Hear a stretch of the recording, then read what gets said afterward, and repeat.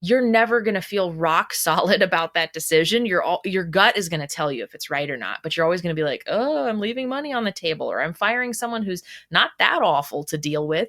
And there's that fear, but you will know you made the right decision when you do it, and you instantly feel like there is pressure off your shoulders. You instantly feel relief, and you're like, oh my gosh, I don't ever have to deal with that again. So it can be a really great way to build your business, and I really believe that it's something a lot of people, like you said, they struggle with. We aren't really taught to say no, especially when you're running your own business. It's all about getting people to the yes. But I think what happens is I reserve my time only for my perfect client. So if I take on a crap client who pays me terribly and pays 3 weeks late and talks to me condescendingly on the phone, they've now taken a spot that I could have given to a better client. So I'm going to hold that spot and trust that I'm going to find that better client eventually, because it's not worth blocking my time with someone who's going to make me exhausted. That is Laura Briggs this week on the Do It For Yourself podcast.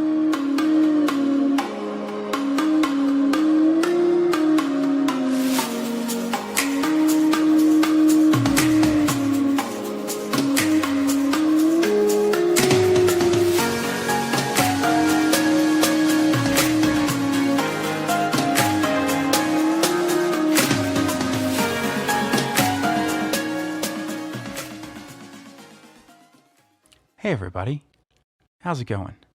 I just want to take a minute to wish everyone here in the States a happy 4th of July. I'm not sure if you'll be able to hear it or not, but there are some fireworks that are actually going off in the background as I am recording this. So I hope that you had the chance to hang out with some of your family, friends during this time. Take a minute to reflect and just really relax and enjoy, hopefully, what was a day off for you here in the States. My guest this week on the podcast is Laura Briggs. And Laura is a former teacher and a freelance writer. And so I got a chance to sit down with Laura and learn about why she left her career as a teacher and how she got into freelance writing. And as the spouse of military personnel, Laura found herself moving quite often, and she was having difficulty finding a job because she would ultimately end up leaving. So even though it was a full-time position, Laura would more or less be a part-time employee, not knowing when the next orders could come for her husband.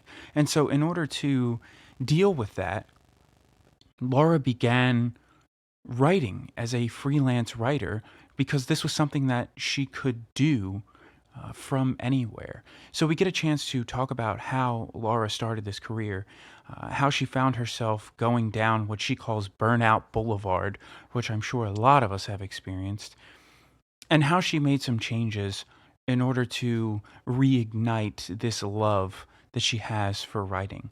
So this was a really, really great story, and I'm really looking forward to sharing it with you this week on the Do It For Yourself podcast.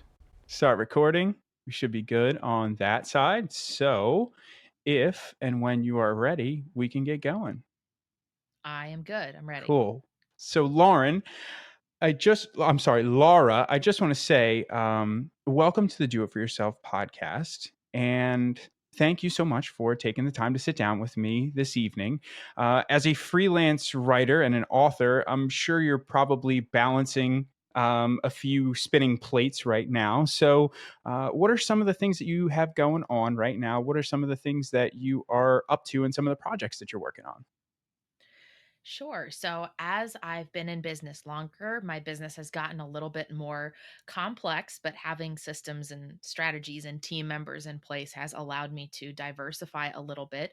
So, for quite a long time, my business was only focused on delivering freelance writing projects for clients. But now I also do public speaking. My first book is coming out in the summer of 2019. So, I spent a lot of time writing that, editing that, taking publisher notes, and preparing my marketing plan. And then the other big portion of my time is spent coaching intermediate and advanced freelancers on how to scale their business their way. And so before we get into, a little bit of how you got to that point and where you are right now, I would like to take a little trip back so that we can see the timeline of how you got to this point. And so I want to go back just a little bit, let's say, to when you were in school, in college, you went to school to be a Mhm. teacher. And that was something that you kind of came out doing. You were a teacher probably about 7 or so years ago. So, Mhm. can you tell me a little bit about that? Tell me a little bit about what it was like kind of teaching this inner city seventh grade class down in Baltimore. Well, the short version is that it was very hard and I was not good at my job. I was great at creating creative lesson plans, but being a first year teacher and being thrown into a district that has that many issues and resource problems, it was really challenging and I was definitely in over my head. I went to college for political science and economics. I went to graduate school to get a master's in political science immediately after college. I taught in the political science department at Virginia Tech, working as a teaching assistant with 5 different professors, and I really liked it. So I had no idea that it would be so different teaching in traditional like K-12 versus in a college. But there is a huge difference because for the most part, college students want to be there and 12-year-olds do not want to be there. Not at So all. I had a grand total of 6 weeks of training before going to go teach in Baltimore City, and I was just so unprepared. It was an uphill battle. We didn't have enough books, desks, anything. We didn't have an overhead projector, computer, nothing in my classroom. And the principal even told me when he hired me, he says, "We can't afford a 6th grade teacher. We can't afford an 8th grade teacher. You are these kids' only social studies teacher between 5th and 9th grade. So teach them whatever you think they need to know." And I'm like, I have 6 weeks of training. Like, I don't know if I am Wow. fully qualified to decide what students should learn in 1 year of social studies education in middle school. So it was a real challenge. And my body kind of just started to shut down on me. I developed severe anxiety. I taught in a very dangerous neighborhood. I actually worked at one of the only middle schools in Baltimore that did not have a police officer roaming the halls or a metal detector to enter. So I thought I was in good shape from that.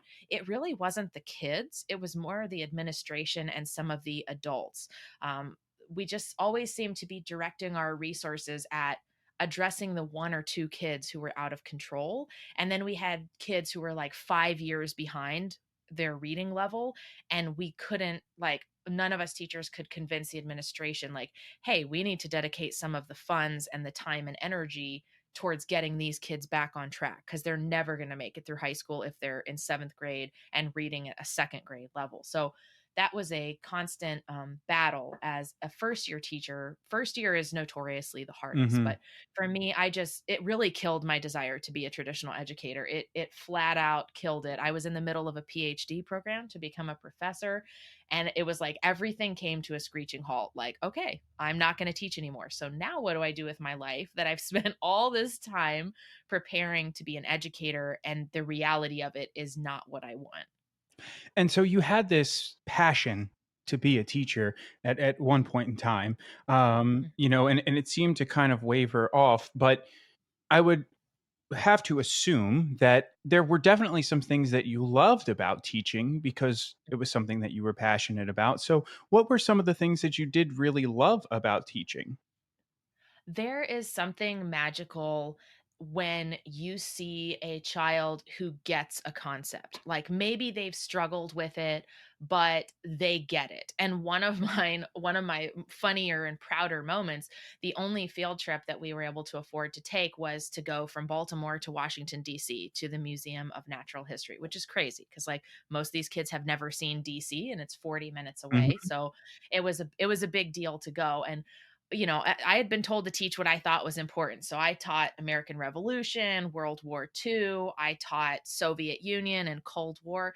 And we were at this McDonald's outside the Museum of Natural History. And one of my students who struggled a lot, they only had like three choices on this McDonald's menu. And he came up to me and he goes, "Man, Miss P," because that's what they call me, he says, "This is like communism." And I was like, you know what? You're not wrong that we have limited choices here. I was like, okay, so like if I didn't do, a lot right, like we got some things through, and we had like a really beautiful I had the kids read the diary of Anne Frank, and then they all wrote what they were inspired by with Anne Frank. And there were definitely some lessons and some moments where I could see 12-year-olds that were way beyond their level in terms of reasoning and deciding things. And I had like 20 to 25 students that were just fantastic, came to my classroom every day after school, wanted extra assignments, really loved learning. And that was really cool for me to be able to keep pushing through. But I had terrible disciplinary skills. So for all of the excitement and like creative ideas, it was not my strength to like yell at kids to sit down or discipline. I just kind of figured like I've got 35 kids in a room. I don't have enough desks. If one kid is goofing off in the corner, at least I've got like 15 who are paying attention, and I can't stop everything, for that one kid who's not really paying attention. So that was that was where I really struggled. But I think one of the things that you said there, and I would definitely agree with you on 100%, is the amount of joy that it brings a teacher to see when a kid gets a concept. And I think Mhm, that that is just absolutely 100% true. I mean, mhm, I actually went to school to be a health and phys ed teacher, and I've been coaching swimming since I was, I don't know, like 18 years old or so. So, when you get the chance to watch your student really grasp the concept that you are teaching them, and it clicks and they get it, and they kind of almost, turn around and look at you like I did it, I got it, mhm. that is probably one of the most rewarding things in the entire world. Yeah, it is, it is. And so you were only at this school district for 1 year. Yes. And about, let's say 7.5 to 8 years ago, things, started to change. And obviously, you were reconsidering this whole teaching thing. Mhm. But there was also a move that was going to happen, and you were going to be restationed Yes. because you are a military wife. And unfortunately, when it comes to these things, you don't really have a choice, right? You have to Yeah. go where they're sending you. So this choice to leave teaching, was it one of, okay, this is not for me, and I'm clearly starting to see this, or was it, well, we're getting ready to move, so I'm going to leave this school district and then I'll see what happens when I get to where we're going? Or was it a little of both?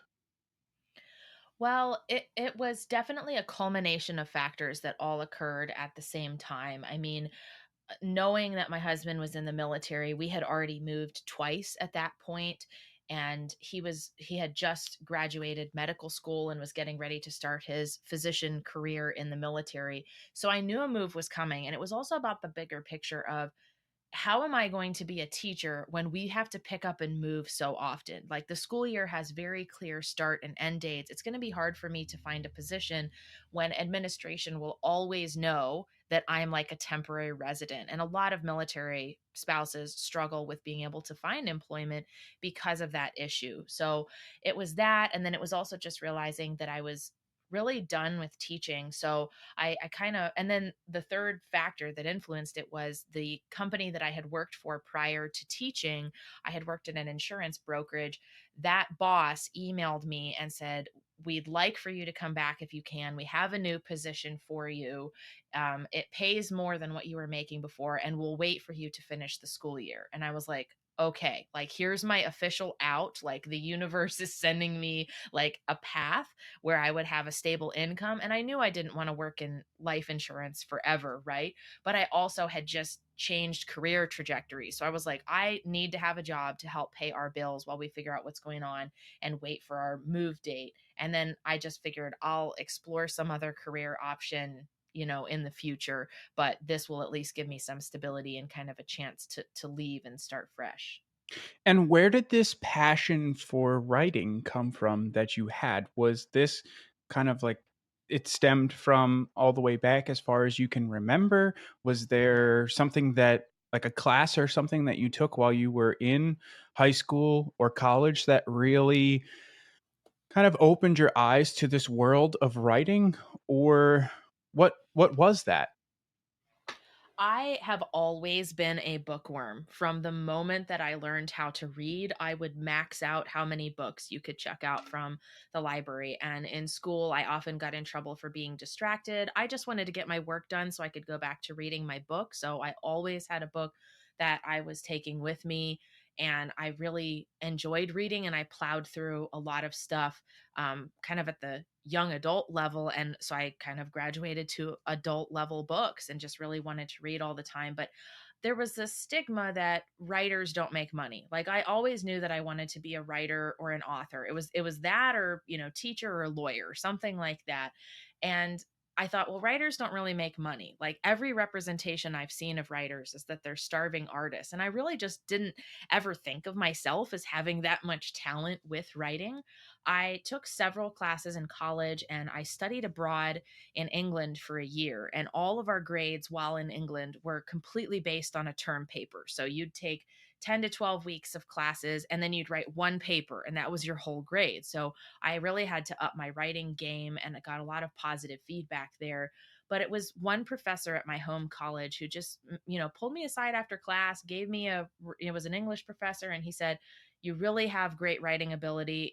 You should consider joining the English department and leaving what you're majoring in. And I was like, no, no, I'm studying economics and political science. This is like post 9/11 world. I'm like, I have the most like relevant career, planned for studying these things that are really topical in the economy right now. So, I never considered myself a writer, never had anything published, was never paid to be a writer, and really took a leap of faith when I was evaluating, like, okay, what was I good at with teaching? Well, I was really good at lesson plans. I was good at helping students learn to read and practice their reading. And I'm like, maybe I could make a go of it with freelance writing. And because I had this sort of steady job set up with the insurance brokerage, I thought this is something I can do on the side. And all I really thought of it was to help us financially. I thought this will be some extra money. Who knows if it will ever go anywhere? I really thought it would be a scam. I did not think I'd make any money doing it whatsoever. And when you launched this, you were, right at the kind of beginning stages when blogs started to kind of really take off, right? So when you began that first blog, what was the topic of that first blog? Or did you go immediately into writing blogs for other people? Because I know that you were writing blogs for some lawyers, and I definitely want to hear about, what some of those blogs were about. But when you first started the blogging, what were you blogging about, or who were you blogging for? Yeah, I wasn't blogging for myself. I took a look at different types of freelance writing jobs that were out there, and I saw that there's all kinds of different ways you can sell your writing. You can write personal essays, you can write sales copy, you can write email newsletters.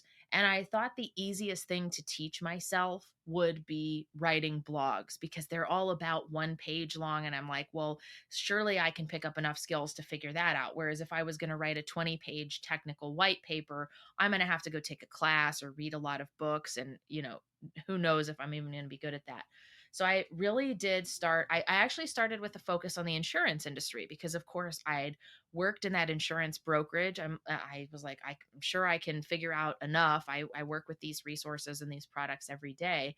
And what I found was that I also had experience in the legal world. I did my master's thesis research about laws and public policy. I had worked for a personal injury and workers' compensation attorney during college and really liked the law, but knew that I didn't want to be an 80-hour a week attorney. Mhm. So that's why I decided not to ever go to law school. But I always had a passion for it and an interest for it. And I saw that attorneys were kind of an untapped market at that point in time. People have the impression that attorneys are difficult to deal with, that they're very picky. And part of that is true because there's certain things that they legally can and cannot say on their websites. It could, be misconstrued by the state bar and they could get in trouble. So I actually liked that. I saw that as a challenge because I said a lot of writers aren't going to go after lawyers because it's such a tricky, like you have to get it just right with what you say. So that's how I got started. The first thing I ever wrote about was something about like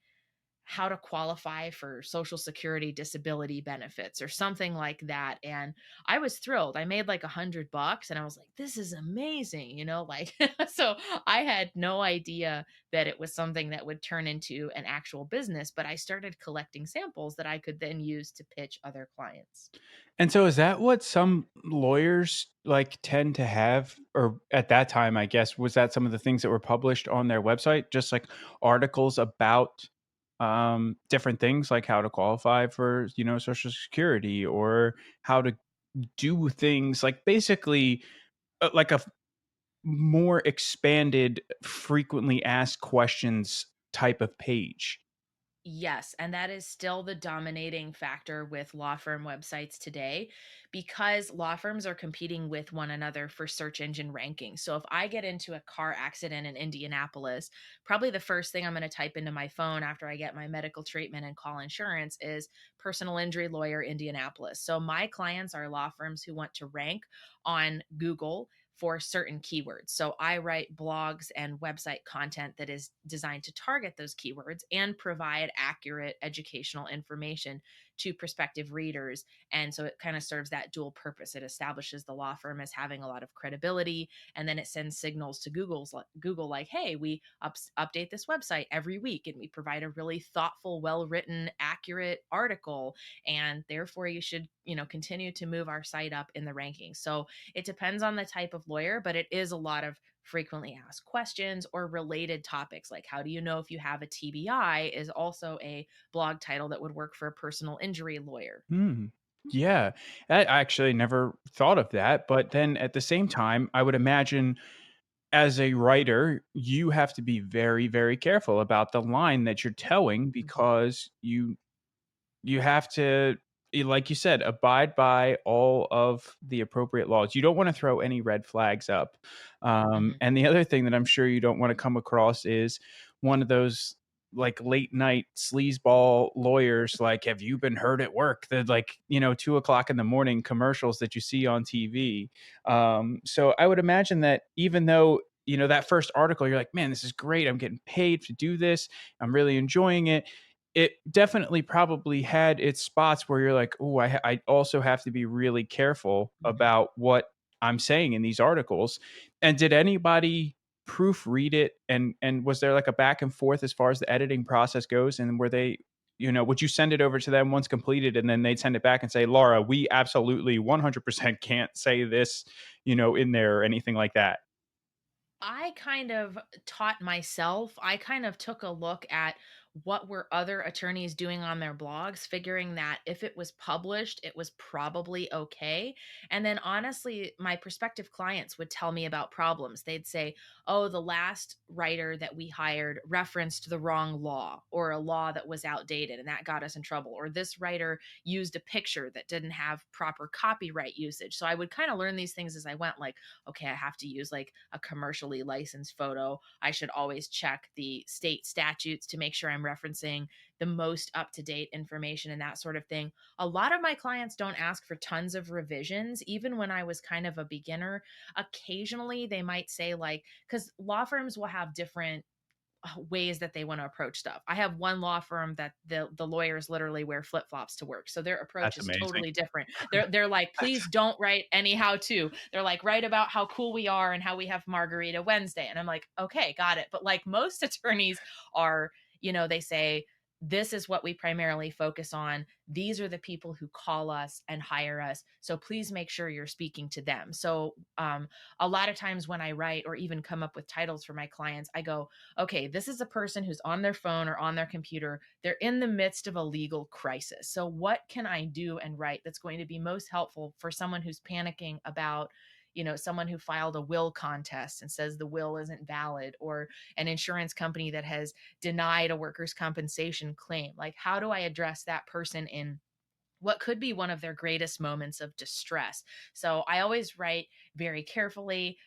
There's certain things you can't say. You can't say that an attorney is an expert. You can't say that an attorney is a specialist. So there's like all these little nuances, but I kind of learned that pretty quickly and discovered that I really liked working for lawyers. They're very straightforward. They know what they want. They pay their bills on time, a huge bonus for me. Yeah, And absolutely.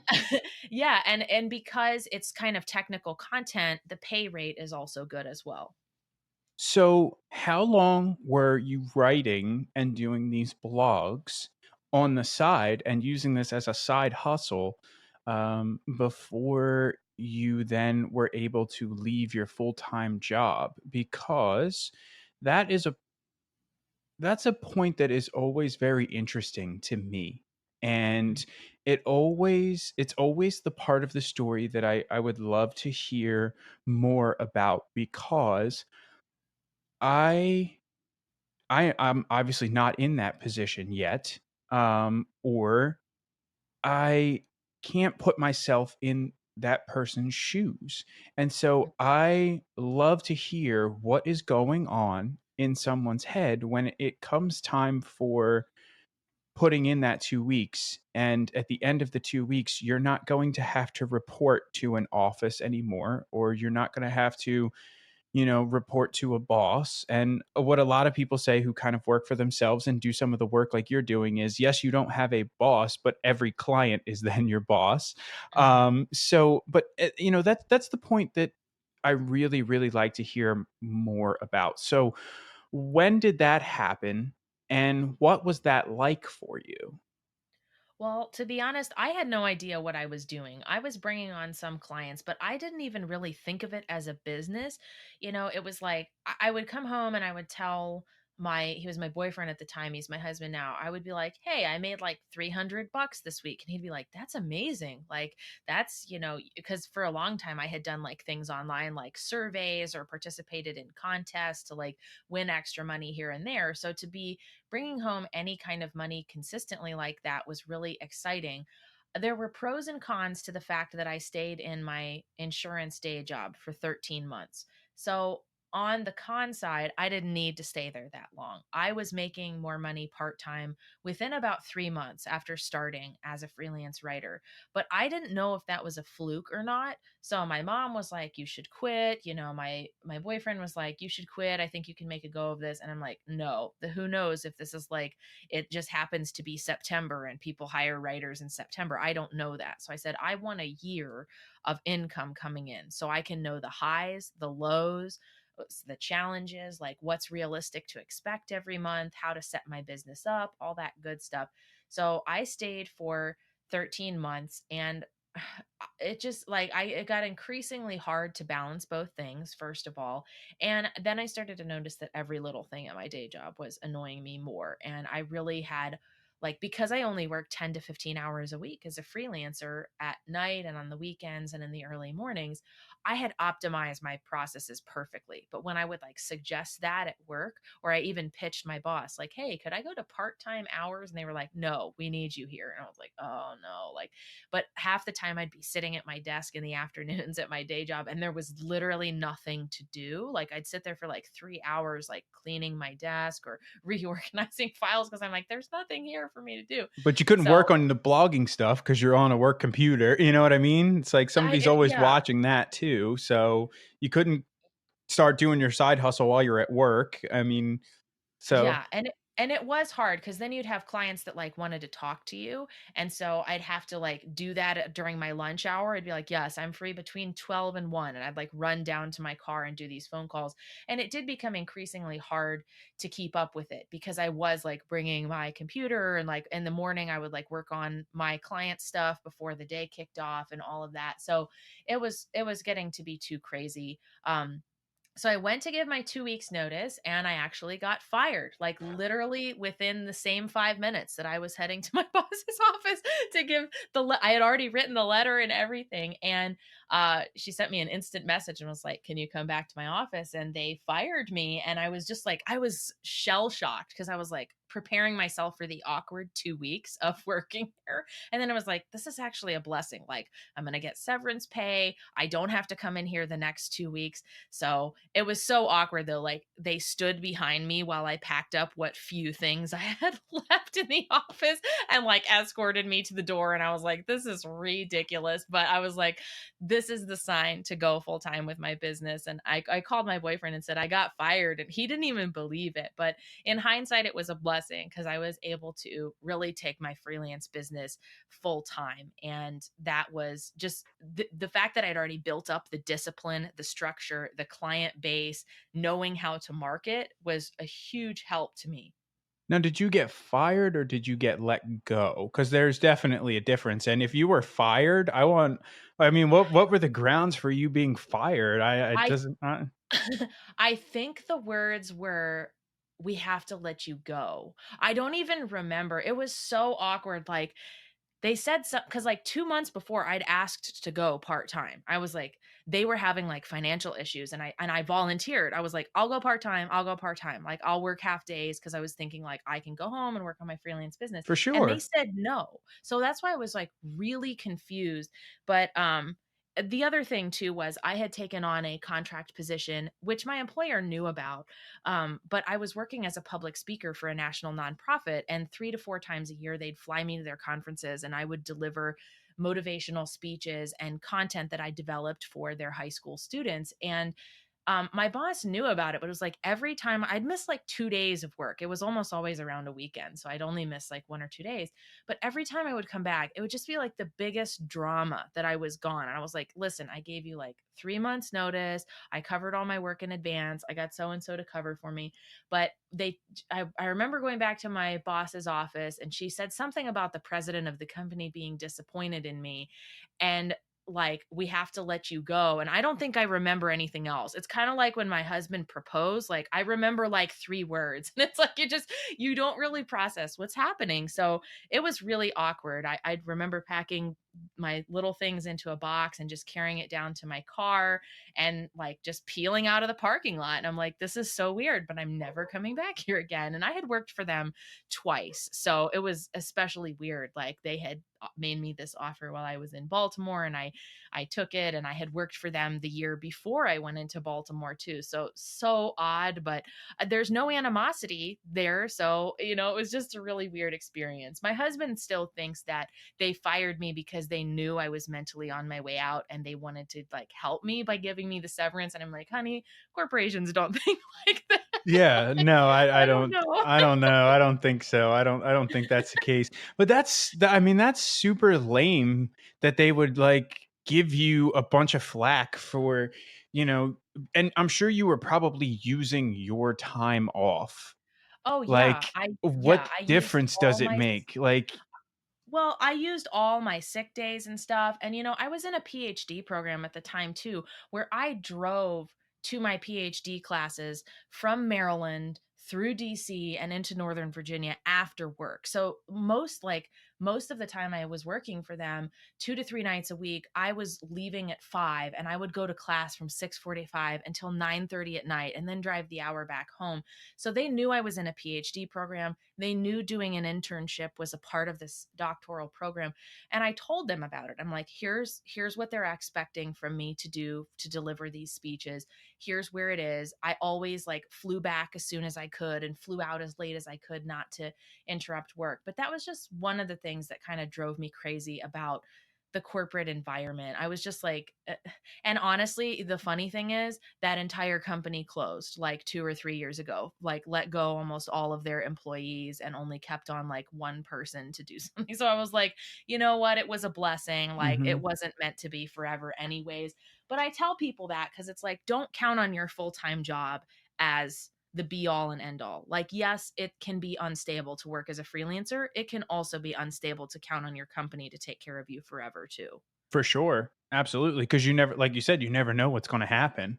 I mean, Yeah. something could happen tomorrow, like the company could lose a contract and, Yeah. that contract is covering 85% of the payroll or something. I mean, you just Exactly. never know. You never know.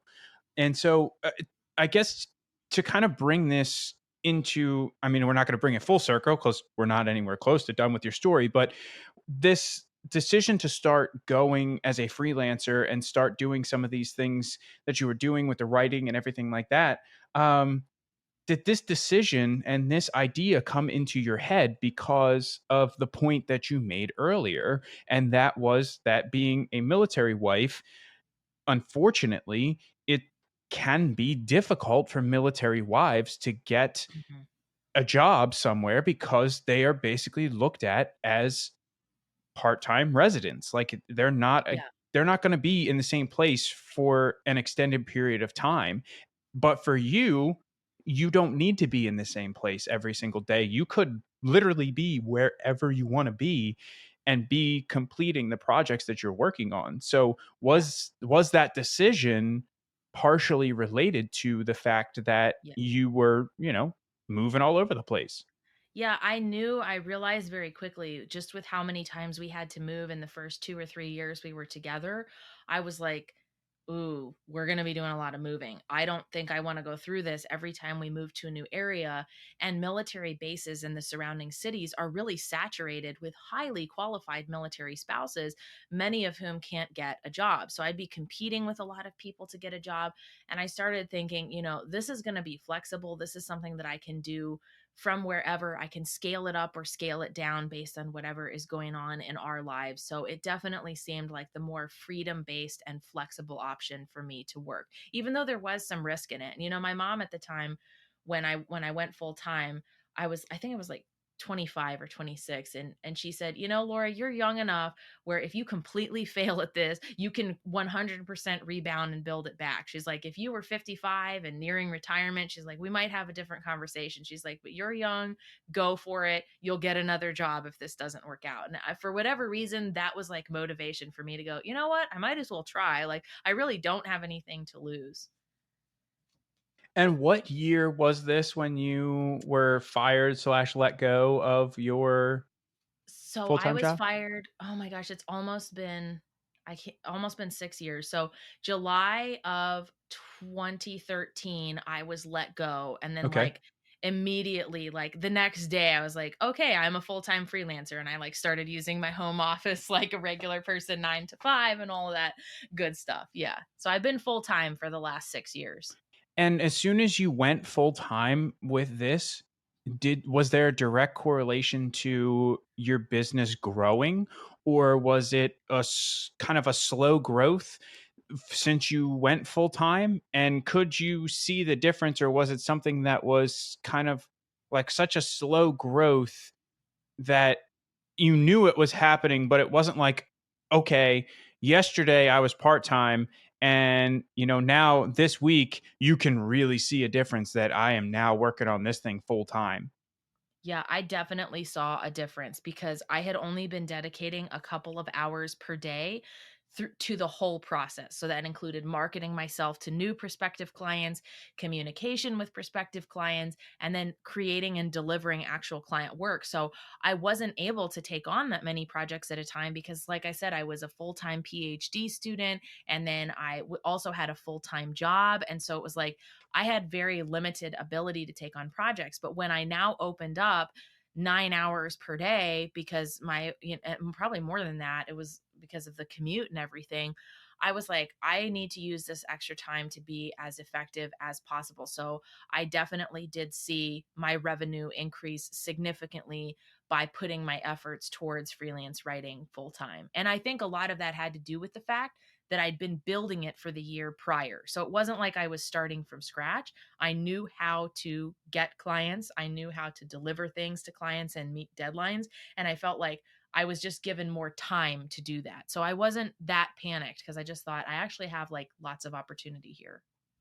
Now, there's definitely some things, like, so when you were working at this full-time job and you had extra time on your Mhm. hands at the full-time job because all of your work was done, you kind of just started to do busy work and make it look like you were working, make it look like you were doing something, right? And when you Mhm. were let go from this job, you now had all of this extra time Mhm. for this business that you could go full time on. So, Yeah. what were some of the habits or some of the things that you implemented during this time so that you didn't catch yourself essentially doing busy work and just sitting in front of Yeah. your computer, like waiting for emails to come in? Well, I started using regular office hours right away. I was wildly unafraid that with the whole day in front of me that I would have like I would just screw around and basically get nothing done. I was afraid of that because I'm actually really good under pressure. So when I had time constraints of, "Oh, you have 2 hours today to do all your freelance work," I would get it done, but I was like, "What if I have 10? Like what if there's 10 hours in front of me and I don't know how to fill that? Am I going to be able to get my work done?" Or am I going to wait all day and then I'm going to miss a deadline because I was just lazy and not disciplined enough? So I'd had a home office for a while, but I started using that room specifically for all my work. So if I was working, I was in that room. That meant that I couldn't be like lazy and work on my laptop from, the bedroom or the couch. It was like, I'm in my office, I'm working, I would shut the door. And I would force myself to leave the office too at 5. So like previously I worked any hours I had available, and I did not want that to bleed over into me doing it full time because I thought that could be really dangerous. I'd end up working, 50 or 60 hours a week. So that was key. And I kind of figured like, okay, if I have, 9 new hours in the day that I couldn't previously use for my business, what am I going to take from what I was doing part time, and like what pieces of the business am I going to portion to each thing? Am I going to do like 2 hours of marketing and then I have like 6 hours of client work and then I've got room for plenty of breaks in there? Or is it going to look different? So, and also like what my new goals were going to be because I didn't have benefits anymore. You know what I mean? I lost Mhm. benefits Oh, yeah. when I lost my job. And so it was like, I also have to make more money because I'm going to be paying my own taxes on my freelance income. So I wanted to be really mindful of bringing in enough money to feel comfortable with all that.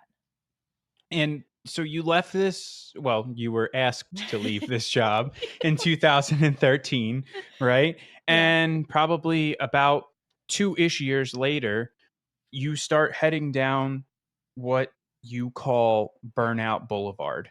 Yeah. And you're working on something that you're so passionate about. You're working on something that you have had this dream to build for so long. You've Now you're working on it, and all of a sudden you are heading down Burnout Boulevard. And so talk to me, what was going on? Well, as a new business owner, I didn't really have any training in business. So a lot of the things I learned were trial by fire and through mistakes that I made in my business and then decided to shift things around. So one of the big mistakes that I made was trying to outsource all of my work to other writers. I thought, well, hey, like what if I could make the same amount of money or maybe upcharge my clients a little bit and then I could hire other writers to work on these projects for me, and that'll be really simple and easy, right? Well, what I found was that hiring writers is a really frustrating process. And perhaps it's part of the reason I'm in business as a writer because my clients feel that frustration too. And when they find a good writer, they just want to stick with that person. So I brought on a team of about 12 other writers. I took on a massive project for one of my clients. I was actually the project manager. I was hiring all the writers, training all of them, giving them their assignments, editing, feedback. It was a huge amount of work for me to do. And it really drained me. I mean, I was just like at the end of the year, I was so tired and I was so agitated by anything that had to do with this one client. And then when my accountant showed me how much money I actually made, because a lot of it went to the subcontractors, I was like, wait a minute, I worked this hard this year and I only made that. And it was a real wake up call that I could not continue outsourcing my work to other writers. There were just so many issues with it. And I also found out I wasn't that great of a manager. So I'm a great writer, not so good at managing, huge, massive teams of people. So I made the decision at the beginning of 2016 to fire half of my clients. I fired anyone who was cheap. I fired anyone who was difficult, anyone who gave me too much workload beyond what I could handle.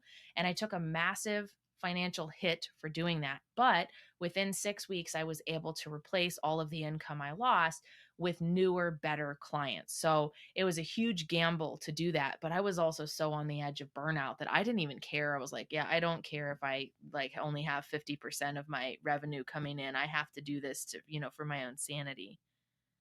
And I think that there's maybe a little bit of a correlation between, managing these writers and managing, that team Yeah. and the classroom. Yeah. Yeah. So if you remember, you said that you loved teaching and you loved working with the students that you were working with, but one of the areas that you struggled was in the classroom management and, Hmm. keeping these kids in line.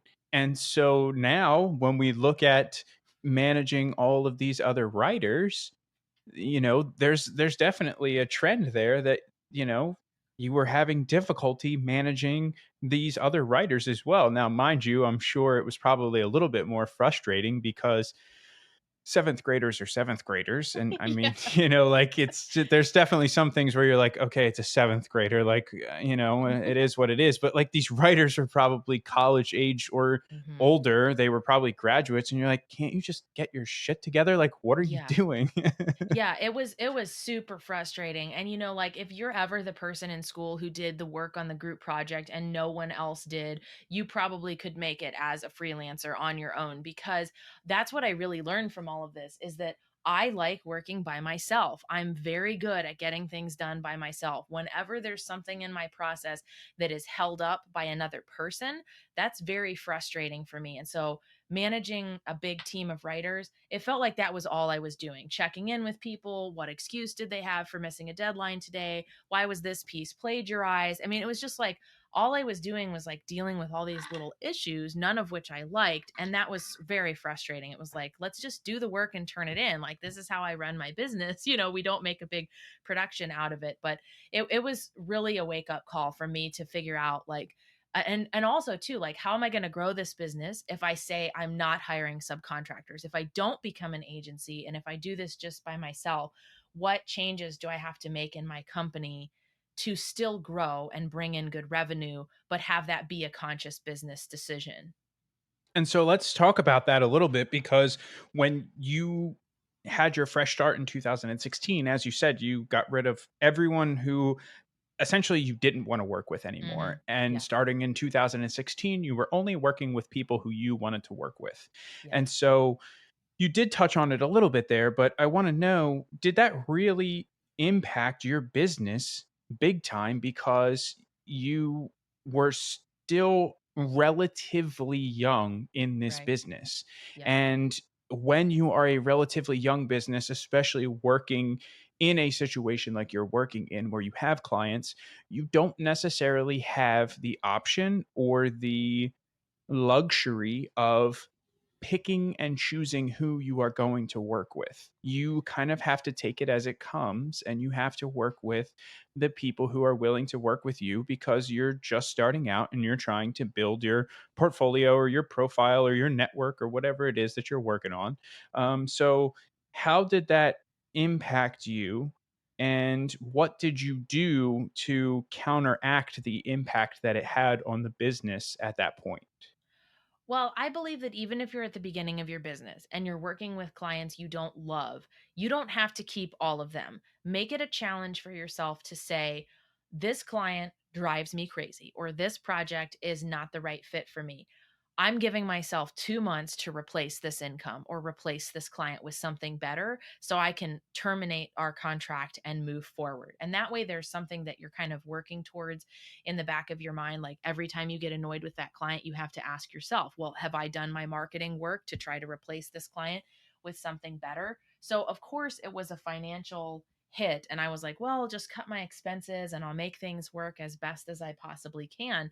But then I realized, like, there's probably better clients out there who will pay me more money for less stressful work. And so whenever I go through that type of thing in my business, whenever I lose a client, whenever I fire a client, whenever a project naturally comes to an end, I go into marketing overdrive. So I'm always marketing my business, even when I'm fully booked. But when I am in real need of drumming up clients, I start off first with current clients. Anyone I've worked with in the last 6 months to a year, where it was a one-time project or where they put it on hold or where they said we'll circle back later. It's easiest to get business again from people who've already paid you once. Then I will go to my favorite sources for leads. I'll hit up LinkedIn. I'll check out all the job boards online and see what's available. And I'll just really go into a marketing blitz for like 2 weeks, and I'll have a lot of conversations. I'll do a lot of sample and test projects. And then usually from that, I'll add 1 to 2 clients to my roster and see how things go. But I think it's important for anyone who owns a business to always be marketing. I see freelancers make the mistake a lot of going, oh, I'm fully booked, so I don't have to do any pitching for like 3 months now. And then they lose one of those clients and they have nothing in the pipeline. And that can be really hard to recover from. So it's much easier to be consistently marketing. So it did, I was so close to burnout that I don't even know that I truly cared that I'd slashed like thousands of dollars in revenue. I was just like, well, whatever. At least I don't have to work with these people anymore, which is, you don't ever want to get to where it's that bad, right? You never want to feel like you literally don't care. But I quickly turned that around and said, okay, I'm going to get back out there and I'm going to market and I'm going to rebuild this business back up. And I brought on a couple of really great clients on very long contracts. So I knew I'd had some income locked in for a while there. Once you made that decision to do this and then you started going through this whole process and everything, how not only how did you see your business grow and how did it obviously impacted your business and you got back to where you were and then it grew further, but Mhm. what did it do for you Mm, personally, both mentally, physically, emotionally, yeah. everything? Well, it's still the same way I run my business today.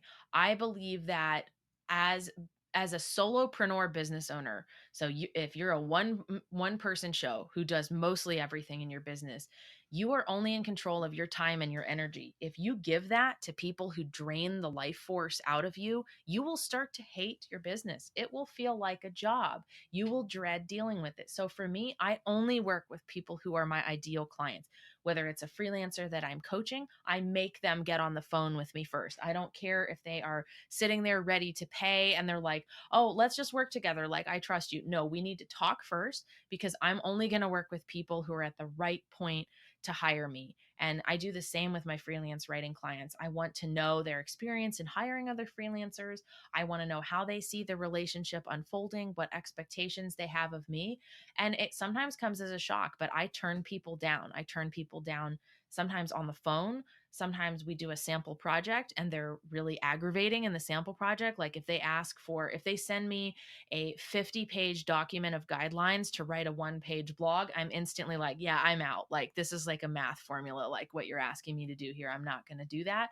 And sometimes if they have unreasonable revision requests, I'll be like, nope, we're not a fit. Like, you don't like my writing style, and that's okay, but we're not going to work together because it's not a fit. So for me, it means that everyone I work with is the right fit for me. And I'm so excited to work with them. Like, I see their email and I'm like, oh, cool. What are they emailing me about? I'm excited to talk to them on the phone. I trust them.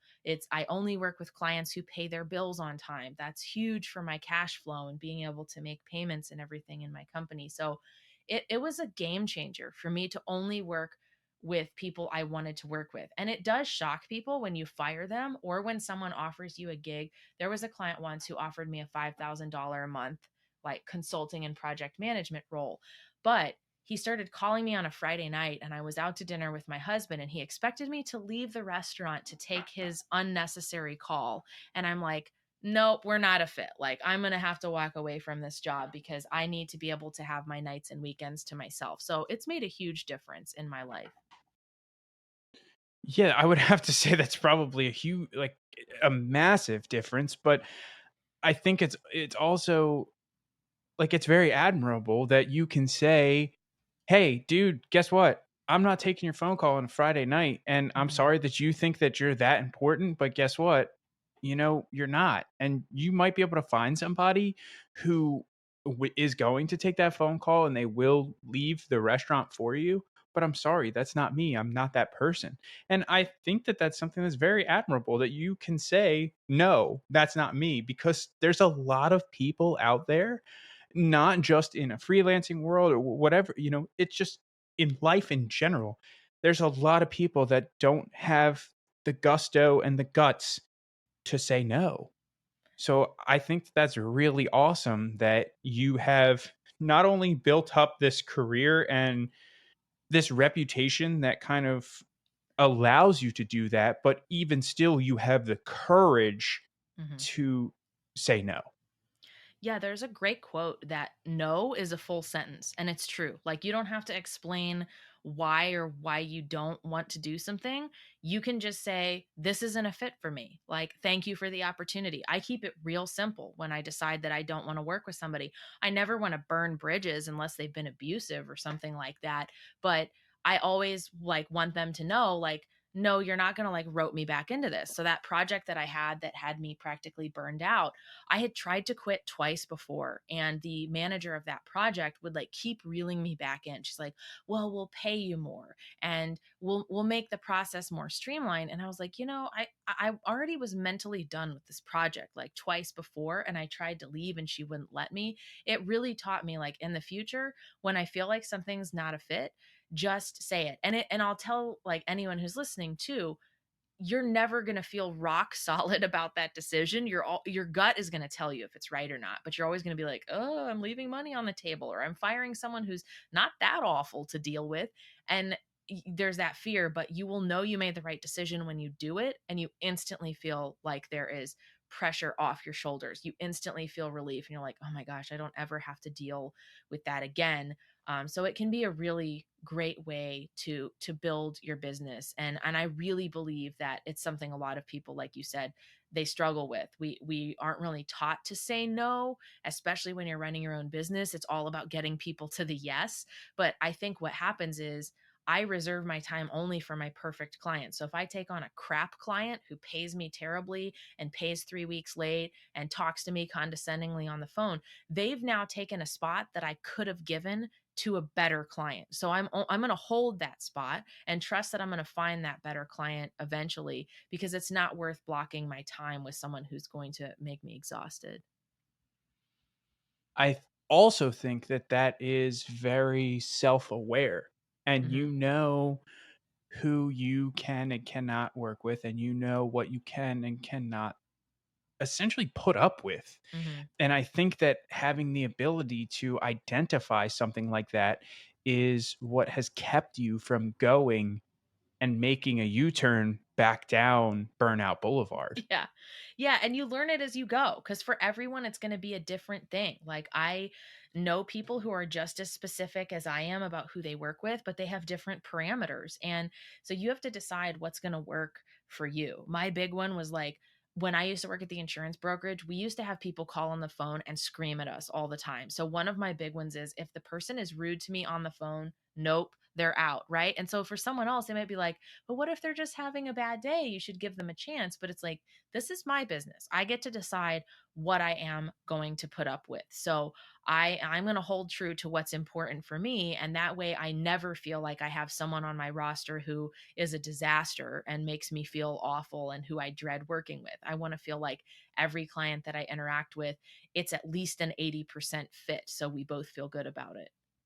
Yeah, not everybody is going to be absolutely perfect, right? There's definitely going to be like some little things that annoy you about certain clients. And I Yeah. think that that's kind of just, it's going to come with the territory. But like you said, at least have like an 80-20 rule. Yeah. Okay, 80% of the things that they do, I'm cool with. Yeah. There's 20% of the things that kind of maybe annoy me just a little bit, but it's not to the point, like you said, where they're like being abusive with Yeah. their language or the way that they're speaking to you, or, things like that.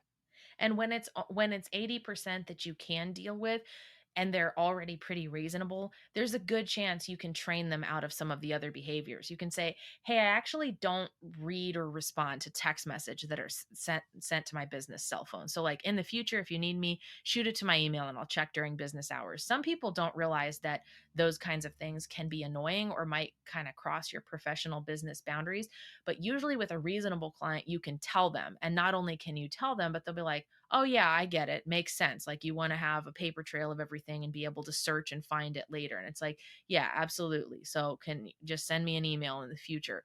I think there's a lot more opportunity to do that than with your unreasonable clients who are like, "No, it's my way or the highway, and you're going to do it."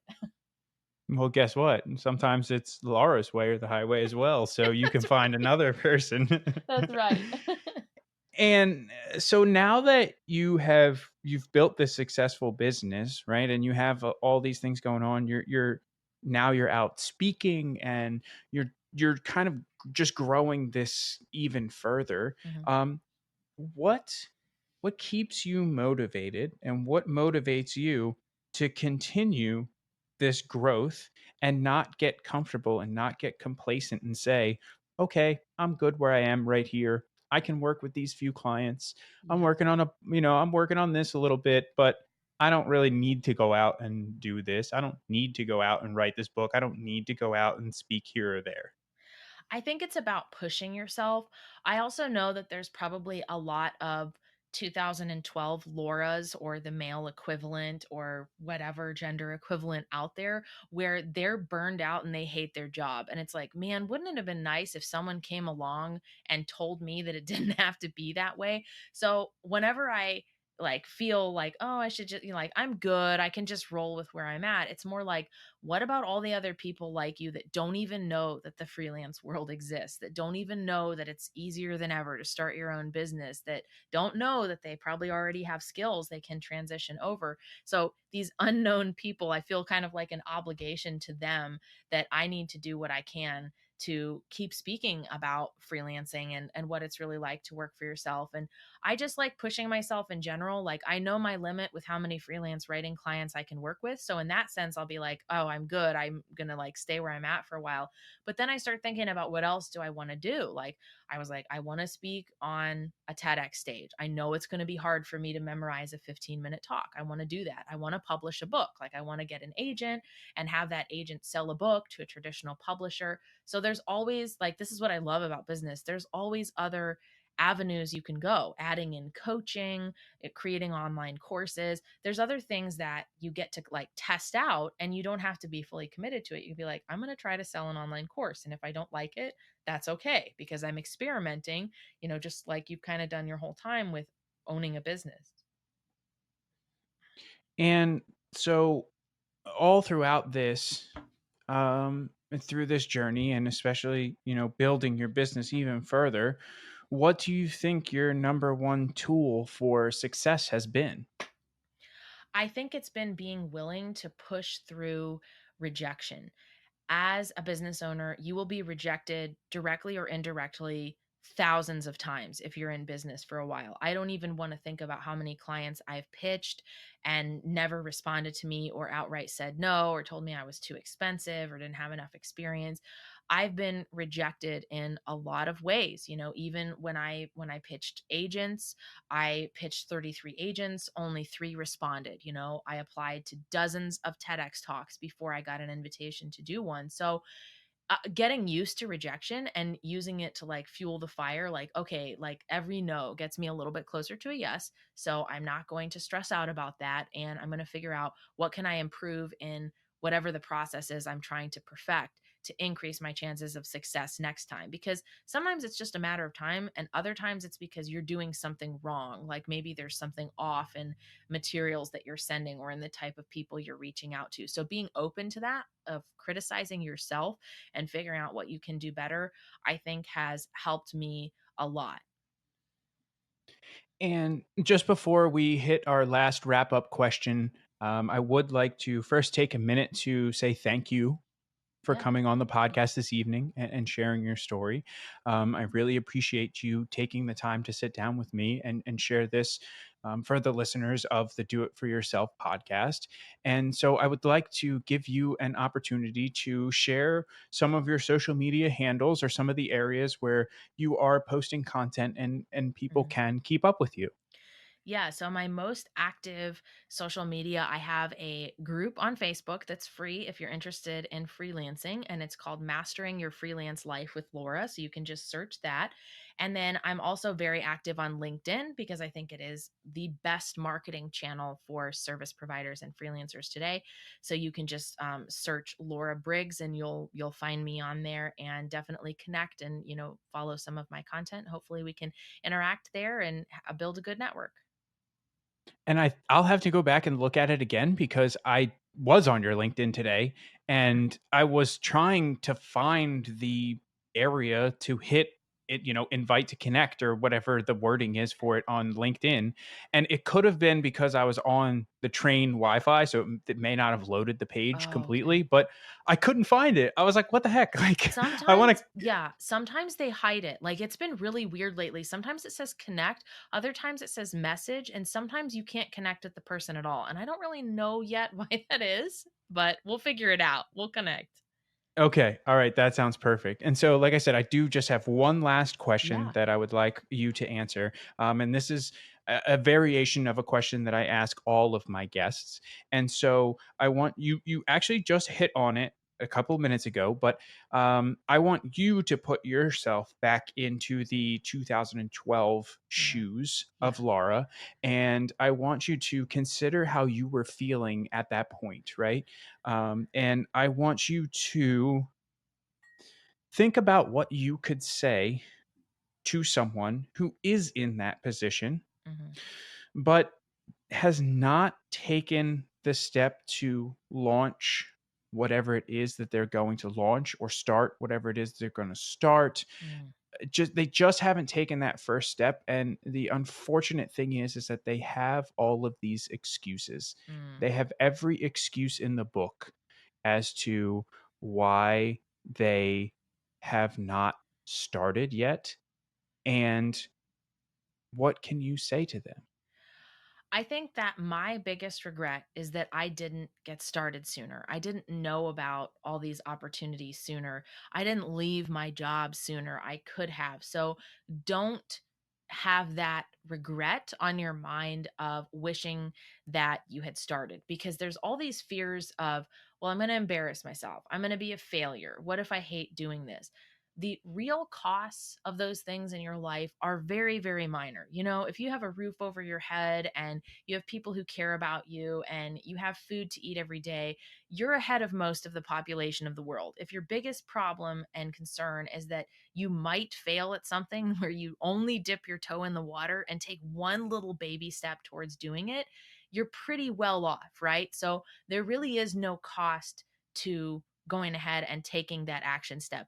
Every time I've done something that pushed me out of my comfort zone, it was terrifying. It never feels less scary.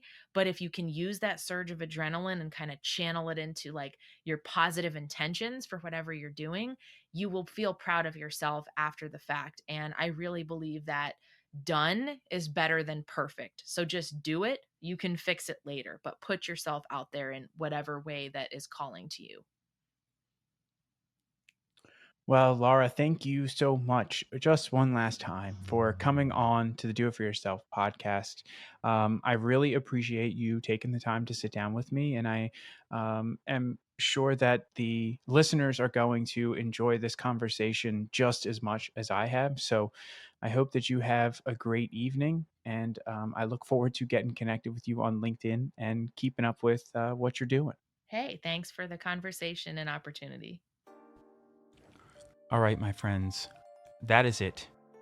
That is my interview with Laura.